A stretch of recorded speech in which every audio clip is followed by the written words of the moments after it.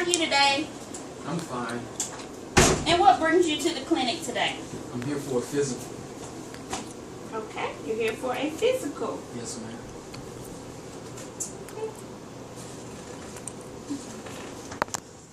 Okay, what I'll do is ask you a couple questions and then we'll get right on to the physical. Have you had any chronic medical problems? No, ma'am. Past surgeries? No, ma'am. Are you taking any current medications now? No, ma'am. Are you allergic to anything? No, ma'am.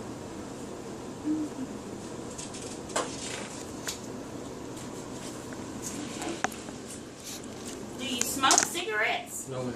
Do you drink? On occasion. Do you use any street drugs or narcotics? No, ma'am. Have you fallen within the last 6 months? No, ma'am. Have you been feeling weak, dizzy, or No, lightheaded? ma'am. Okay. Are you in pain today? No, ma'am. Alrighty. Have you ever had any problems with your ears, No. eyes? No. Do you wear glasses? No. Dentures? No. Any sinus problems? No. Coughing? No. Any problems with your heart or lungs? No. When was your last bowel movement? Today? Have you been having any problems urinating? No. Okay, so now we'll go ahead with your assessment. So, usually in this case I would do a full assessment, but due to time limitations, we'll just evaluate the heart. Okay, we'll get you to lay down in the bed. What's my time?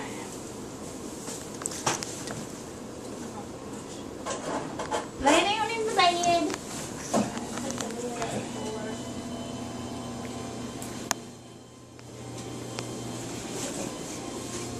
Put the bed up so I can get to him. And I'm going to put the side rail up on that side so he won't fall out the bed for safety precautions.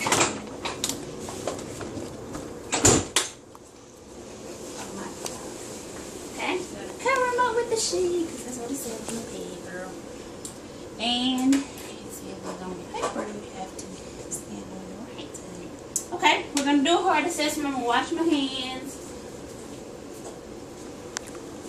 Wash my hands. Put on gloves.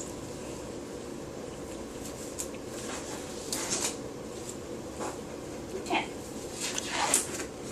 The first thing that we're going to do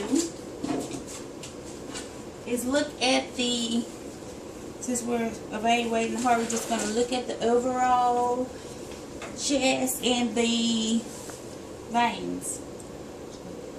First, we're going to look at the jugular vein.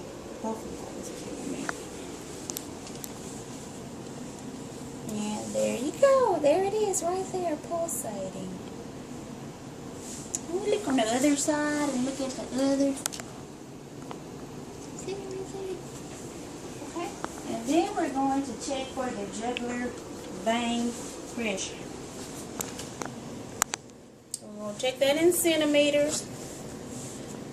50 here, and we're going to put our straight edge right at where it pulsates at a 90-degree angle, and we have about 1.7, so we'll round it to 2.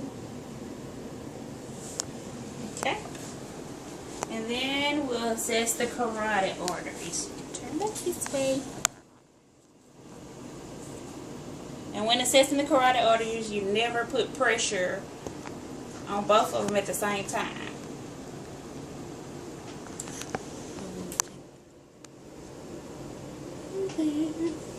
And if you can't feel the carotid arteries, which I felt the pulsation of them, you can listen to them with your stethoscope. But you have to tell the patient to hold their breath so the breath sounds won't be interfering with it. Hold your breath. And on this side, hold your breath.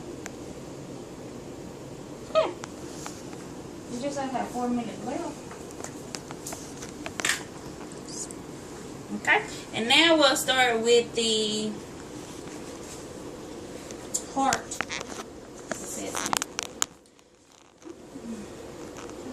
During the heart assessment, the first thing we do is we already inspected. Now we're going to palpate, and you palpate for anything that is abnormal, like bruits or thrills. And usually you palpate in the same direction that you would listen to with your stethoscope.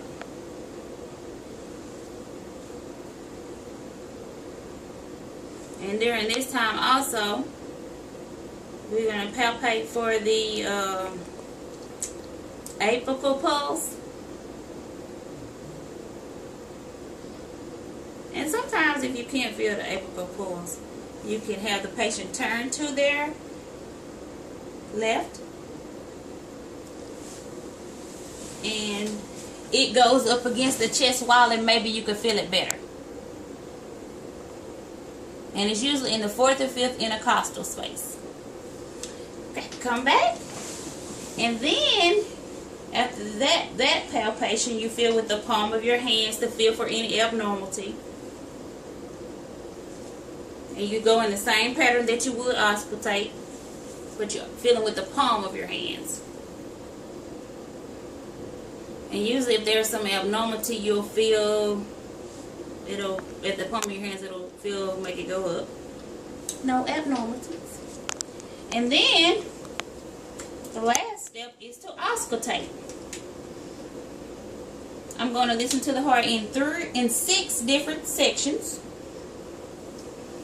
I'm going to listen here, more near the aortic.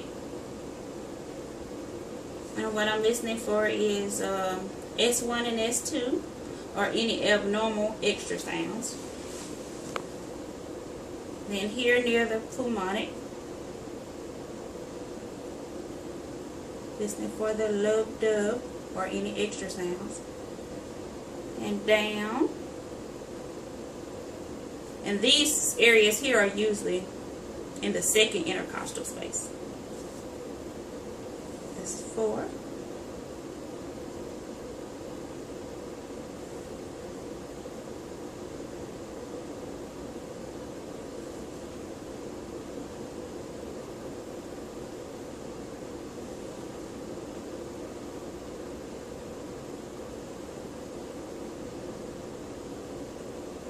And here again, I'm listening for the apical pulse.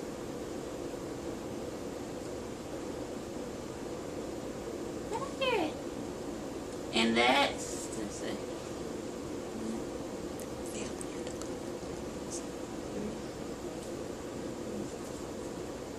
So it's in the 5th intercostal space. Okay. That completes my assessment.